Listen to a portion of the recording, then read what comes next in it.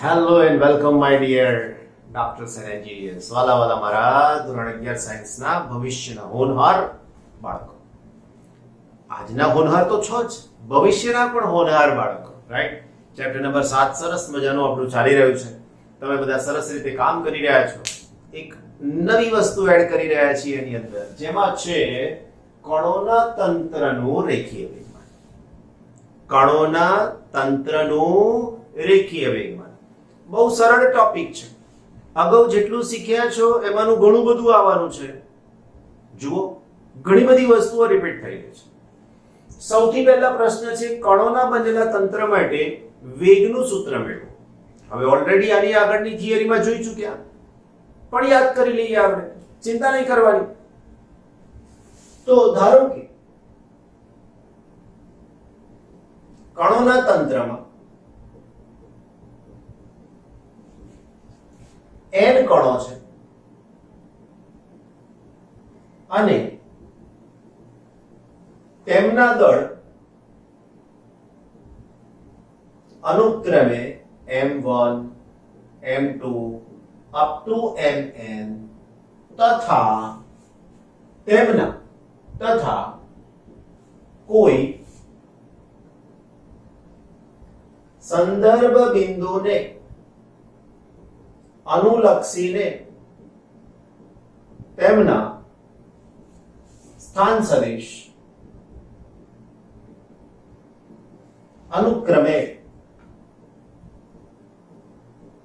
સદિશ r1 સદિશ r2 up to સદિશ rn છે. આના ઉપરથી દ્રવ્યમાન કેન્દ્રનો સ્થાન સદિશ દ્રવ્યમાન કેન્દ્રનો સ્થાન સદિશ. વાલાઓ, જો હું સદિશ r લખું તો હવે ડાયરેક્ટ સૂત્ર લખીશ, કારણ કે તમને આવડે છે. સદિશ r is equal to m1 સદિશ r1 plus m2 સદિશ r2 plus up to mn સદિશ rn divided by m1 plus m2 is equal plus up to.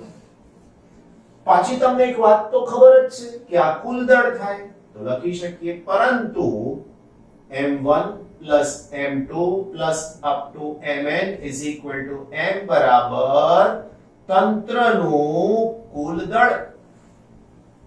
તો હવે લખી શકો સદિશ r is equal to m1 r1 plus m2 r2 plus up to mn rn divided by m. માટે m સદિશ r is equal to m1 r1 plus m2 r2 plus up to mn rn. Number આપીશું 1. હવે શું કરીશું? તો કે હવે વેગ જોઈએ ને આપણે, તો વેગ મેળવવા સમીકરણ 1 નું t ની સાપેક્ષે વિકલન કરતા. તો વાલા મારા ભૂલકાઓ, સૂત્ર થઈ જશે m dr by dt is equal to m1 dr1 by dt plus m2 dr2 by dt plus up to mn drn by dt. પણ આ શું થાય? દ્રવ્યમાન કેન્દ્રનો વેગ. આ શું થાય? પહેલા કણનો વેગ. તો અહીંયા લખો, પરંતુ dr1 by dt બરાબર v1 બરાબર પ્રથમ કણનો વેગ. એવી જ રીતે dr2 by dt is equal to v2 બરાબર બીજા કણનો વેગ. એવી જ રીતે drn by dt is equal to vn બરાબર n માં કણનો વેગ. અને એની સાથે સાથે છેલ્લી વાત વાલા બચ્ચા માટે dr by dt is equal to v is equal to દ્રવ્યમાન કેન્દ્રનો વેગ. થઈને વાત સરળ ભાષામાં. હવે આ જ વસ્તુને હું અહીંયા લખી દઈશ તો મારી પાસે સૂત્ર આવું કંઈક બનશે. m dr by dt નો મતલબ v is equal to m1, એની સાથે dr1 by dt is v1 plus m2 dr2 by dt નો મતલબ v2 plus up to mn vn. આ બધું આગળ એક વખતે ચાલી ગયું છે, લખી નાખવાનું ફરીવાર, મોડે પણ સરસ રીતે થઈ જાય, ચિંતા નહીં, લખવામાં આળસ નહીં કરવાની. ઓકે, હવે મારે v નું સૂત્ર જોઈએ છે, ધ્યાન રાખજો. સમીકરણ નંબર 1 આપી દઈશ. હવે જો મને ખાલી દ્રવ્યમાન કેન્દ્રનો વેગ જોઈતો હોય મારા વાલાઓ, તો v is equal to m1 v1 plus m2 v2 plus up to mn vn divided by m. સમીકરણ નંબર 2. સોરી, એક અહીંયા આપી દીધો છે એટલે આને આપી દઈશું 2, એટલે આને આપી દઈશું 3. બોલો, કોઈ તકલીફ પડશે? હવે નહીં પડે? સરસ. આગળ વધવાની કોશિશ કરીએ પાછા. શું સમજાવવા માંગી આની અંદર તમને હજુ? તો હવે મારે તમને લઈ જવા છે વેગમાન તરફ. કારણ ટોપિકના નામની સાથે જુઓ, કણોના તંત્રનું રેખીય. તો સમીકરણ 2 માં થોડુંક ખબર પડે છે એ પ્રમાણે આગળ વધવાની વાત. સમીકરણ 2 m1 v1 is equal to p1 is equal to પ્રથમ કણનું વેગમાન, એની જેમ જ m2 v2 is equal to p2 એટલે કહી શકાશે બીજા કણનું વેગમાન. એવી જ રીતે mn vn is equal to pn બરાબર n માં કણનું વેગમાન.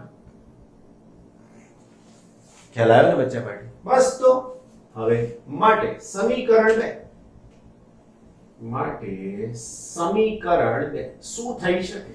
તો સમીકરણ 2 થશે m સદિશ v is equal to m1 v1 તો p1, m2 v2 તો p2 plus up to mn vn તો pn. માટે કંઈક નવું મળ્યું જુઓ, mv is equal to p. સમીકરણ નંબર આને 4 આપવું ને આને 5. આ કંઈક નવું પરિણામ આપે તમને. જોયું તમે? આ સદિશ છે બધા. સમીકરણ 5 નવું પરિણામ આપે છે કે કણોના બનેલા તંત્ર માટે તેનું કુલ રેખીય વેગમાન એ તંત્રના દળ અને દ્રવ્યમાન કેન્દ્રના વેગના ગુણાકાર જેટલું હોય છે. આવું સાબિત કરવાનો પ્રશ્ન પણ 2 માર્ક્સમાં પૂછી શકે છે. જોઈએ શબ્દોમાં લખીએ છે તે પ્રમાણે. કણોના તંત્રનું કુલ રેખીય વેગમાન, કણોના તંત્રનું કુલ રેખીય વેગમાન એ તંત્રના કુલ દળ અને દ્રવ્યમાન કેન્દ્રના વેગના ગુણાકાર જેટલું હોય છે. પડી ખબર? આ બેના ગુણાકાર જેટલું હોય છે. ક્લિયર? બસ આ એની સમજૂતી તમને ખબર પડી. તમારો પ્રશ્ન પણ હોઈ શકે 2 માર્ક્સનો. આજ સાબિતી આ આર નું સૂત્ર લખી તમે સમજાવી શકો છો. આ તો તમારે કઈ યાદ રાખવાની જરૂર નથી. આના માટે આ વસ્તુ બહુ કોમન થઈ ગઈ કહેવાય છે. isn't it? હવે મારે જોઈએ છે બળનું સૂત્ર છે. ઓલરેડી અગાઉ સમજાવી ચૂક્યા છીએ એ જ. યાદ કરો ત્યાં ma પરથી સમજાવ્યું હતું, દળ અને પ્રવેગ પરથી. અહીંયા વેગમાન પરથી લઈ રહ્યા છે. સમીકરણ 4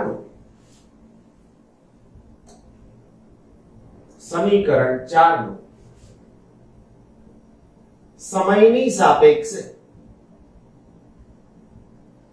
વિકલન કરતા હવે જુઓ શું થાય છે વિકલન.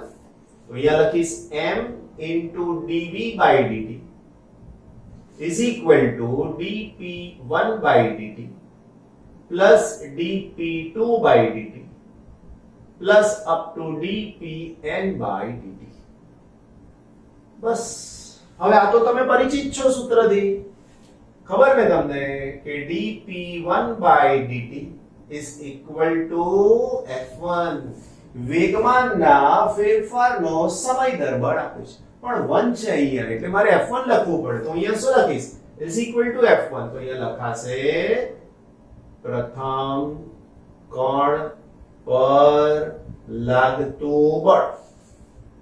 એવી જ રીતે dp2 by dt is equal to f2 બરાબર બીજા કણ પર લાગતું બળ. એવું જ dpn by dt is equal to અહીંયા લખી શકાશે n માં કણ પર લાગતું બળ. આ dv by dt શું થાય? તો કે dv by dt is equal to a બરાબર દ્રવ્યમાન કેન્દ્રનો પ્રવેગ. ઓકે વાલા બચ્ચાવાળી. તો અહીંયા હું લખી શકીશ હવે m into a is equal to f1 plus f2 plus up to fn. માટે m into a is equal to f.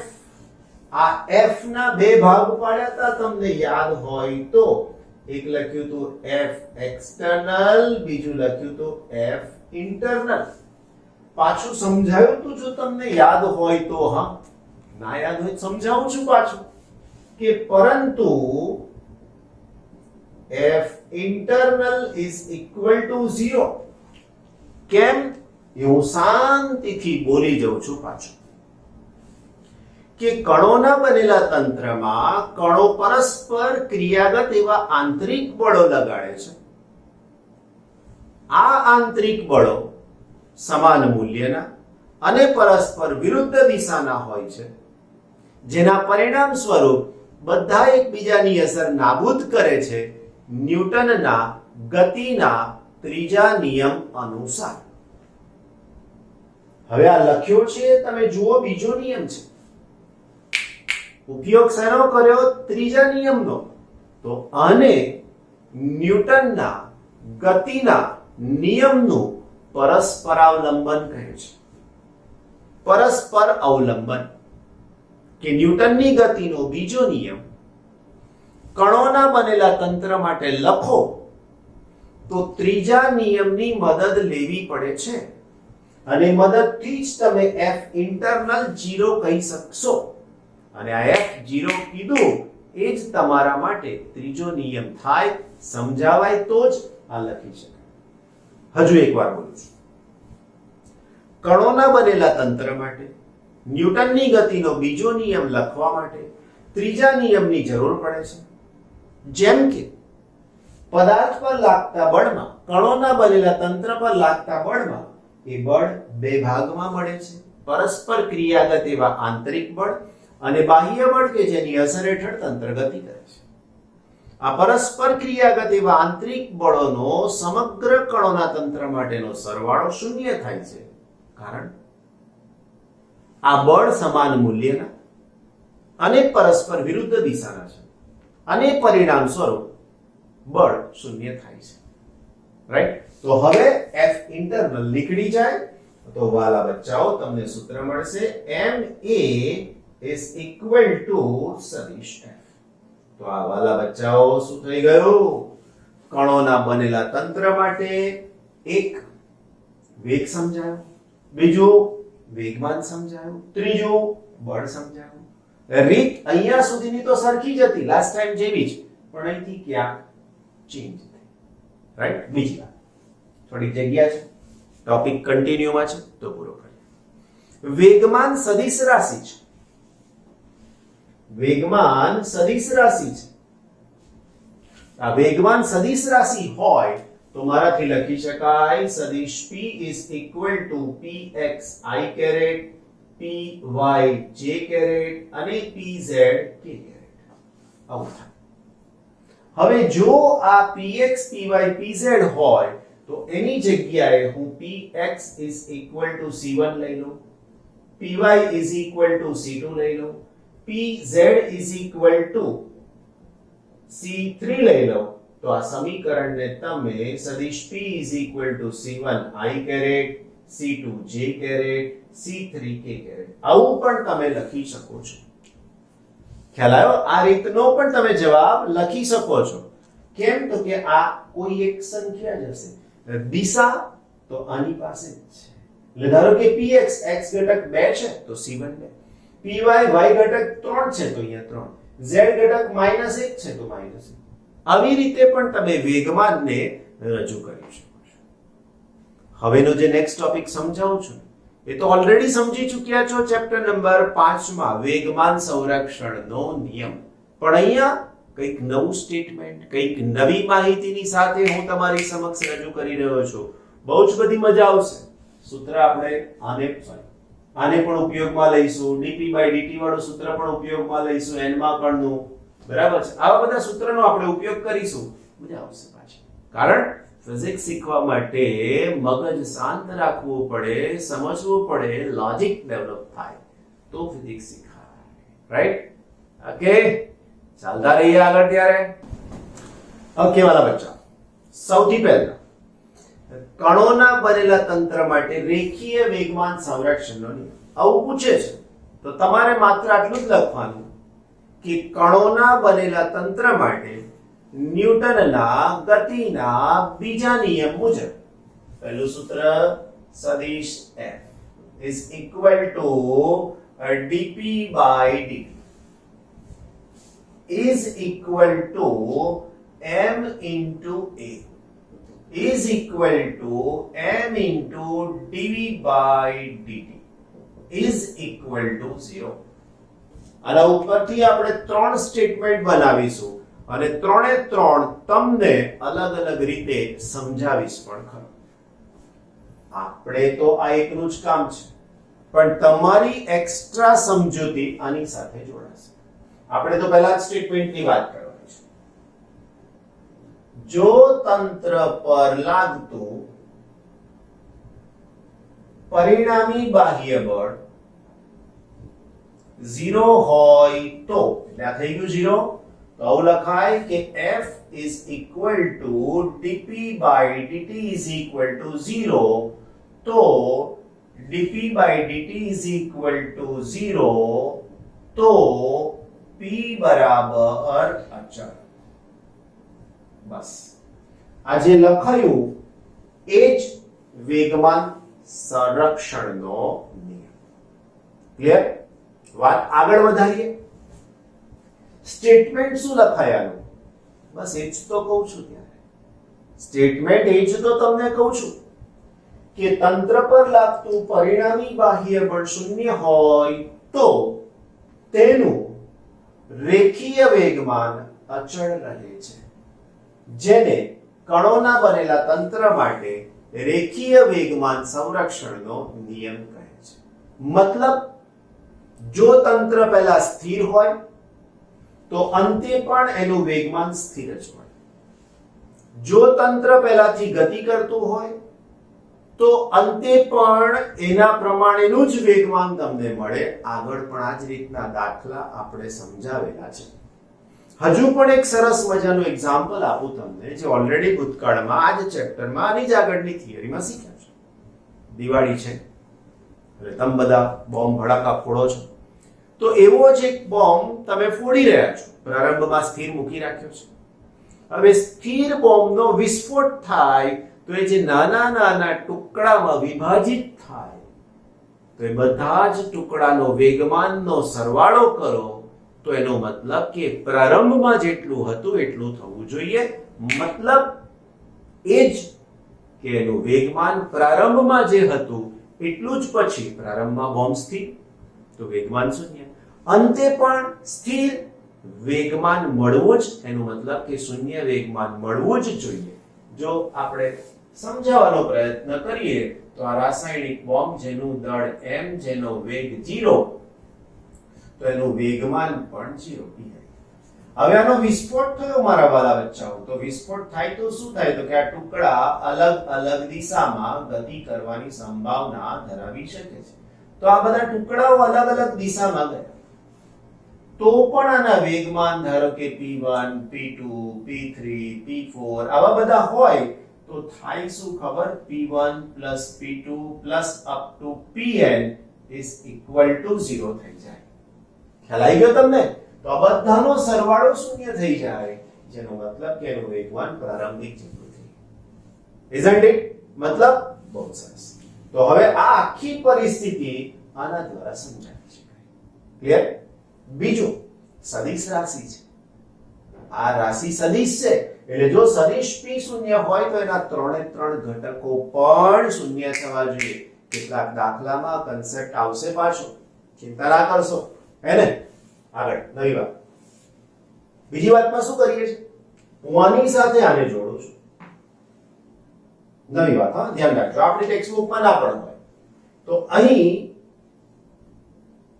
f is equal to ma is equal to 0 લખાય પરંતુ m is not equal to 0 માટે લખી શકાય કે a is equal to 0 તો હવે આનું સ્ટેટમેન્ટ હું લખું બુકમાં નથી એટલે જો તંત્ર પર લાગતું પરિણામી બાહ્ય બળ શૂન્ય હોય તો તેનો પ્રવેગ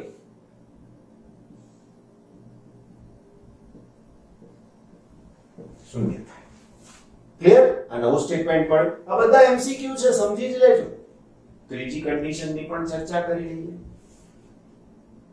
જો સદિશ f is equal to m dv by dt is equal to 0 તો અથવા તો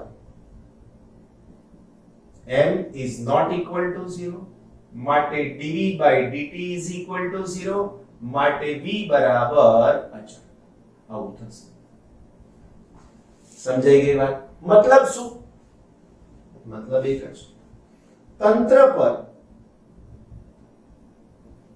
લાગતું પરિણામી બાહ્ય બળ શૂન્ય હોય તો તેનો વેગ અચળ મળે છે તો એનું ત્રીજું સ્ટેટમેન્ટ થઈ ગયું હે ને દરેક વખતે કંઈક નવું જાણવા મળ્યું કે નહીં દાખલામાં ભરપૂર ઉપયોગ આવે છે અને ધ્યાન રાખજો આવા જ દાખલા એક માર્ક્સના લેવલના એમસીક્યુ ગુજકેટમાં પણ હોય છે ભલે 11મા ધોરણનો કન્સેપ્ટ છે યુઝ થાય છે 12મા ધોરણમાં અને જેડબલઈ નીટનો તો આ સિલેબસનો જ ભાગ છે એટલે તમારે કરવું જ રહ્યું વાલા બચ્ચાઓ છે કે નહીં સહેલું પણ લાગે છે ને કે તમારા દિવ્યેશ તમને ફિઝિક્સ સહેલું બનાવીને આપે છે isn't it કોઈ તકલીફ નહીં ને બહુ સરસ તૈયારી કરો બસ હવે તમારા હાથમાં છે હજુ આના બીજા બે એક્ઝામ્પલ આપણે સમજવાની કોશિશ કરીએ યસ વાલા બચ્ચાઓ નેક્સ્ટ ક્વેશ્ચન આપણો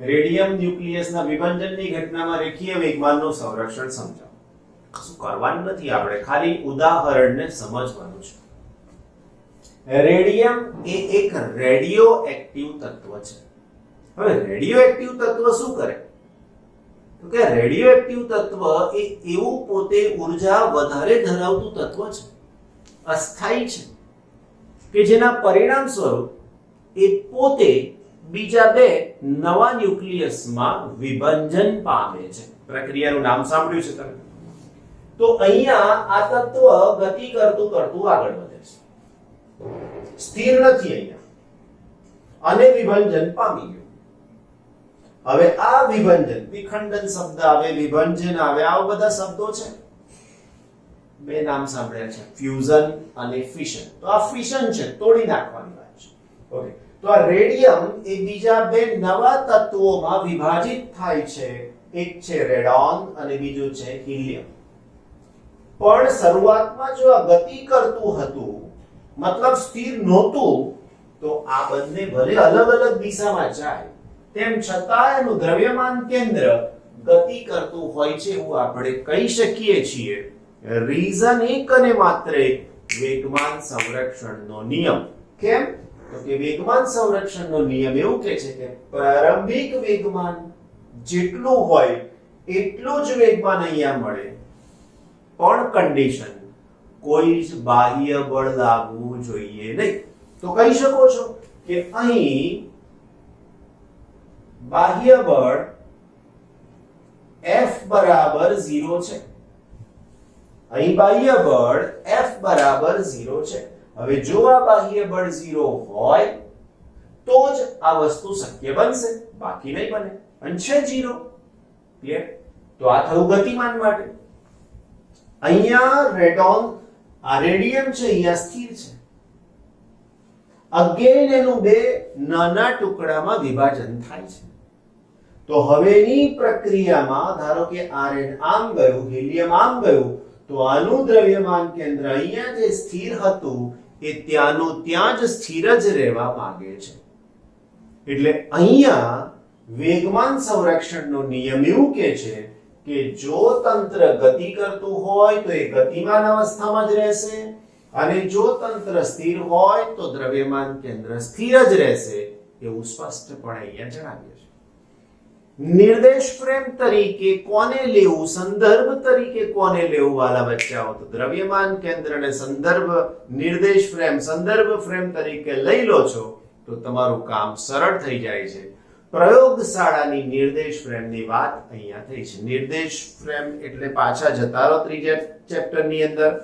અવલોકનકાર જે સ્થળેથી જે પરિસ્થિતિમાં ઘટનાનું અવલોકન કરે તેને નિર્દેશ ફ્રેમ કહેવાય. લેબોરેટરી નિર્દેશ ફ્રેમ એટલે લેબોરેટરીની વાત થઈ રહી છે, ચોક્કસ બહારની કન્ડિશનની વાત થઈ રહી છે. જે થાય બધું જ ત્યાં ઓબ્ઝર્વ થાય. વાસ્તવિકતા વાળી નિર્દેશ ફ્રેમની વાત થાય. અને અહીંયા આ જ નિર્દેશ ફ્રેમ તરીકે દ્રવ્યમાન કેન્દ્ર લઈ લીધું, ત્યાં ઉભા રહીને જોવાનું. થવાની છે તો એક જ વાત ને, રાઈટ? Very good. ભલા બચ્ચાઓ, આવી જ બીજી એક ઘટનાનું વર્ણન તમને સમજાવું. ખગોળશાસ્ત્ર. મોટા શહેરોમાં તો સ્ટાર દેખાતા નથી, બંધ થઈ ગયા, જતા રહ્યા. એવું નથી. ત્યાં પુષ્કળ પ્રમાણમાં લાઇટ્સ હોય છે, એના કારણે સ્કાયની અંદરના બહુ જ લાઇટ, એકદમ ઓછો પ્રકાશ આપતા સ્ટાર્સ દેખાતા નથી. આજે પણ વિલેજીસમાં જાઓ, ફાર્મ ખેતરોની અંદર જાઓ, તો તમે ત્યાં સુતા હોય, એમાંથી રાત હોય, સુતા હોય, જોતા હોય આકાશમાં, તો એ તમને ઝગમગ ઝગમગ થતા બહુ જ બધા સ્ટાર્સ દેખાય.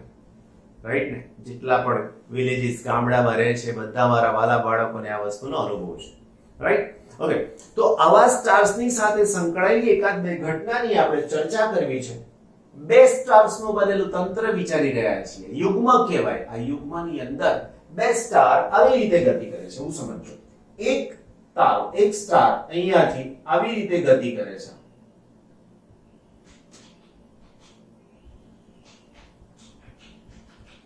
તો એવું તમે સમજી શકો છો કે આનું દ્રવ્યમાન કેન્દ્ર અહીંયા હશે, આ રોટેશન થઈ રહ્યું છે, અને એ દ્રવ્યમાન કેન્દ્ર આ સીધી જ રેખામાં ગતિ કરી રહ્યું છે.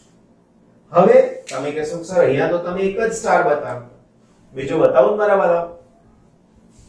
હવે બીજો જે સ્ટાર્સ બતાવું છું એના માટે હવે અહીંયાથી સ્ટાર્ટિંગ થાય.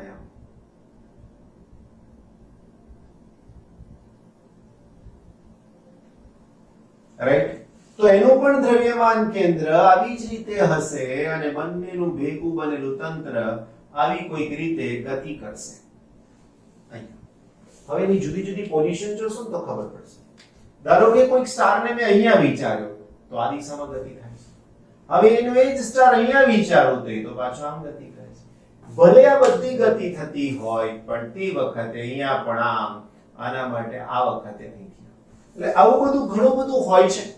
પણ જો હું આના દ્રવ્યમાન કેન્દ્રની વાત કરું મારા વાલા બચ્ચાઓ, તો આ રીતે ગતિ થાય છે. અને બાઇનરી સ્ટાર્સ માટે દ્રવ્યમાન કેન્દ્રની ગતિ થાય છે એવું આપણે કહી શકીએ. રાઈટ? ઓકે. કેટલીક વખત એવું હોય છે મારા વાલા મિત્રો કે આવા બે સ્ટાર એક જ વર્તુળ પર ગતિ કરતા હોય છે. બાઇનરી સ્ટાર્સ કહેવામાં આવે છે. બાઇનરી બે સ્ટાર્સ. બંને એક જ સરખા વર્તુળ માર્ગ પર ગતિ કર્યા. આનો વેગ અહીંથી આ દિશામાં, આનો વેગ અહીંથી આ દિશામાં. વાલા બચ્ચા પાર્ટી એનું દ્રવ્યમાન કેન્દ્ર એ વર્તુળના કેન્દ્ર પર જ હોય અને ત્યાં જ સ્થિર જ હોય. ખ્યાલ આવ્યો ને? અહીંયા જ સ્થિર રહેશે. તો આવી રીતની સમજૂતી સ્ટાર્સના બનેલા તંત્ર માટે પણ તમે આપી દ્રવ્યમાન કેન્દ્રને બહુ જ સરસ રીતે સમજાવી શકો છો. રાઈટ?